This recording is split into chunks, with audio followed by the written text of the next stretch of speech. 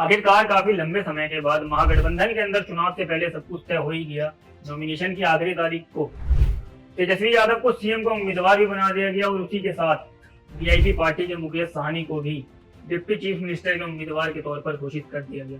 पर इसी के साथ साथ सबसे बड़ा सवाल ये बनता है कि वीआईपी पार्टी से 4 गुनी बड़ी पार्टी कांग्रेस पार्टी है, पर उसका कोई भी डिप्टी चीफ मिनिस्टर घोषित नहीं किया गया। ये भले ही कहा गया कि चुनाव जीतने के बाद वो एक से ज्यादा डिप्टी चीफ मिनिस्टर भी लग सकते हैं, पर किसी कैंडिडेट का नाम नहीं घोषित किया।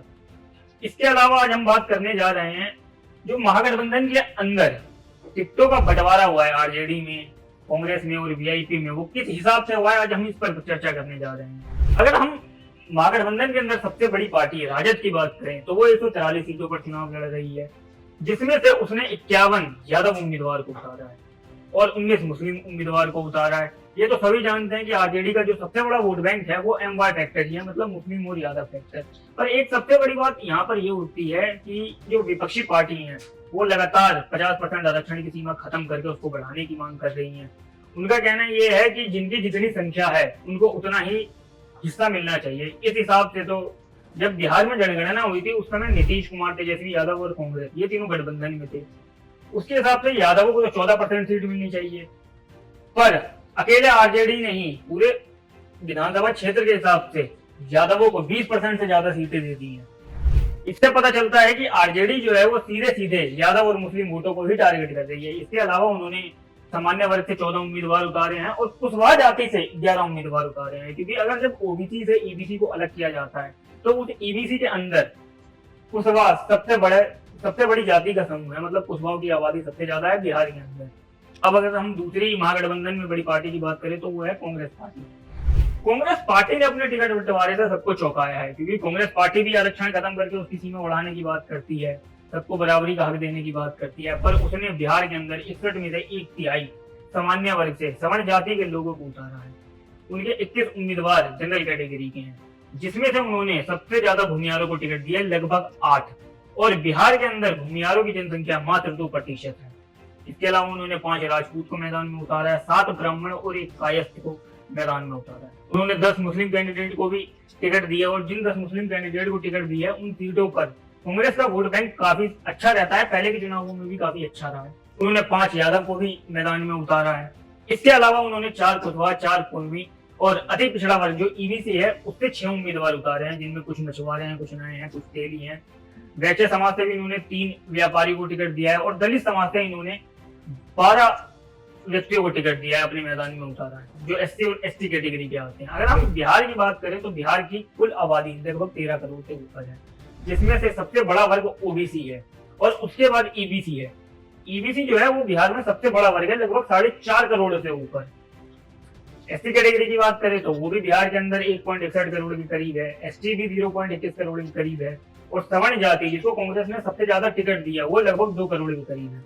और मुस्लिम बिहार के अंदर 2 करोड़ से ज्यादा है, लगभग 2 करोड़ 30 लाख। पूरे बिहार का वो 17.70% के करीब है। अगर हम ईबीसी के अंदर प्रमुख जातियों की बात करें तो ईबीसी के अंदर कुशवाहा सबसे प्रमुख जाति है, शायद इसीलिए राजद ने उन्हें 11 उम्मीदवार कुशवाहा जाति से उतारे और साथ में कांग्रेस ने भी 3 कुशवाहा जाति से कैंडिडेट को मैदान में अपने उतारा है। यादव बिहार में 14% है, इसके बावजूद यादवों को 5 यादवों को कांग्रेस ने मैदान में उतारा है, 51 यादवों को आरजेडी ने मैदान में उतारा है। अगर हम अब विपक्ष के अंदर तीसरे दल की बात करें तो वो है वाम दल। वाम दल की 3 पार्टियां हैं, भाकपा माले, भाकपा और भाकपा एम।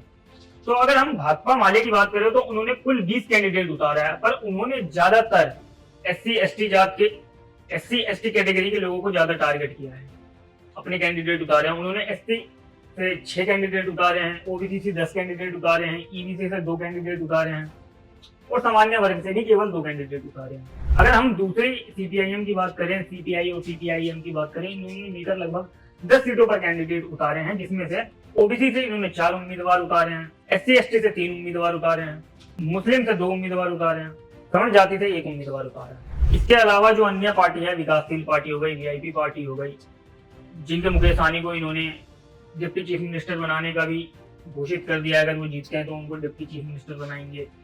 उन्होंने कहा तो था कि हम 15 सीटों पर लड़ेंगे, पर मात्र 12 सीटों पर उन्होंने उम्मीदवार जारी किए, जिसमें से 7 निषाद हैं, 3 यादव हैं, 2 राजपूत हैं। तो इन तमाम समीकरणों में एक चीज तो देखने को मिलती है कि जो महागठबंधन है उन्होंने यादव पर थोड़ा ज्यादा जोर दिया है, पर उन्होंने सामान्य वर्ग के लोगों को भी टिकट दिया है, साथ में पिछड़े लोगों को भी टिकट दिया है।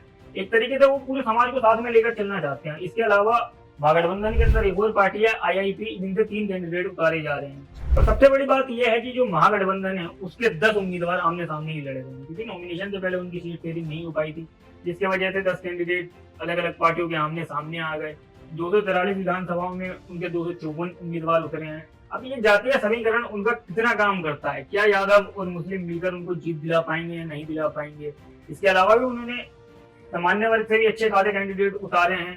सामान्य वर्ग बीजेपी का कोर वोट बैंक माना जाता है, वो उनको बीजेपी से अपने इधर ला पाएंगे या नहीं ला पाएंगे, ये तो अब आने वाले चुनाव परिणामों के बाद ही पता चलेगा। आपकी इन तमाम तथ्यों पर क्या राय है हमें कमेंट बॉक्स में जरूर बताएं, और ऐसे ही तमाम वीडियो को देखने के लिए देखते रहिए पॉलिटिकल पंचायत।